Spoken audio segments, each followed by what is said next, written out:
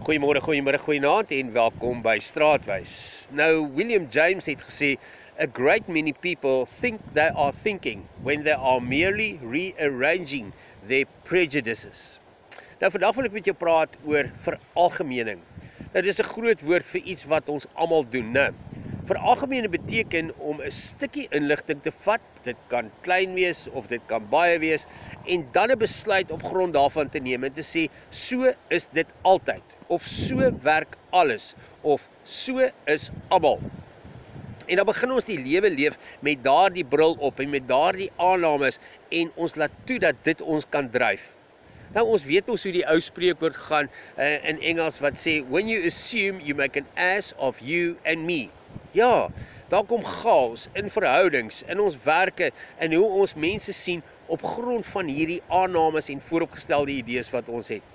Maar hier is die ding, veralgemening is baie menslik. Onthou, daai oermense moes leer deur trial and error dat jy nie aan 'n slang vat met jou kaal hand nie, of jy gaan nie in 'n bos in waar jy weet waar daar leeu's is nie.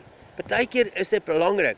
Ons brein hou van orde. Dit hou daarvan om dinge in blokkies te sit, mense in laaie, ervarings in lers en situasies in vooraf besluite in te druk. Dit maak die wêreld vir ons makliker, maar dit maak nie die lewe noodwendig wyser nie. Veralgemening raak veral seer wanneer jy aan die ontvangkant van iemand se veralgemening is, né? Soos wanneer iemand sê 'n man is 'n bok en 'n bok is 'n bliksem, of jy hoor dat vrouens kan nie bestuur nie, of mense van daardie plek is so, of mense soos jy doen altyd dit. En wanneer jy dit hoor en in die ontvangkant daarvan is dit nie net seer nie, dis vernederend. Want onmiddellik wil jy sê, maar nie ek nie, maar dis nie altyd so nie, maar jy ken my nie, jy gee my nie 'n kans nie. En dis waar die skade inkom. Want as mense iets lank genoeg oor jou sê, begin jy dit ook oor jouself glo. Nie net hoor nie, maar glo. Jy begin jou lewe aanpas by iemand anders se veralgemening van jou. As jy glo alle mans is sleg, gaan jy elke man deur daardie bril sien en dalk iemand wegstoot wat anders kon wees of iemand wat dalk in jou lewe moes gewees het.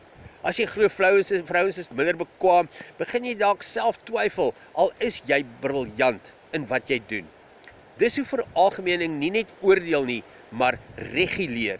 Dit word 'n filter waardeur jy die lewe sien. En ja, veralgemening kom dikwels uit 'n plek van pyn, waar jy deur trial and error iets ervaar het. Met ander woorde, dit is eg.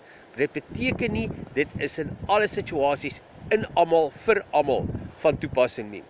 Jy word dalk seer gemaak en jou brein sê vir jou, kom ons maak 'n reël en dan gebeur dit nie weer met my nie.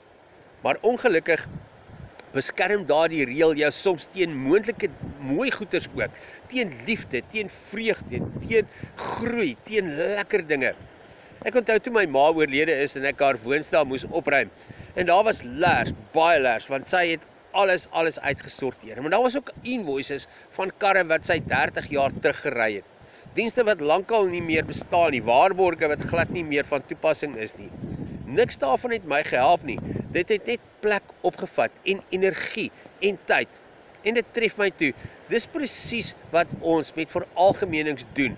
Ons hou ou lers in ons koppe, né? Ervarings wat nie meer relevant of van toepassing is nie. Oortuigings wat ons nie dien nie. Maar hulle vat plek in ons koppe, kosbare plekke. So vandag wil ek jou uitdaag en sê, gaan kyk bietjie in jou kop se kas. Watter veralgemenings dra jy saam? Watter aannames gebruik jy as filter vir mense, vir liefde en vir jouself? En vra jouself af, dien dit my nog? Of hou dit my terug van die geluk wat ek so graag soek, van die lewe wat ek glo wat God my mee geskep het? En net terloops, om af te sluit, dis so klein bietjie van 'n tong in die kies. Discovery Insure het statistieke nou wat bewys dat vrouens beter en veiliger bestuurders as mans is. Ek sê dit maar net. So miskien is dit tyd dat ons minder veralgemeen en meer nuuskierig raak, want elke mens verdien iets meer as 'n boksie, meer as 'n ler, meer as om gefaal te word. 'n Geleentheid en 'n kans om jou dalk te verras met alles wat jy in die lewe begeer. So tot ons weer saam stap, mooi loop.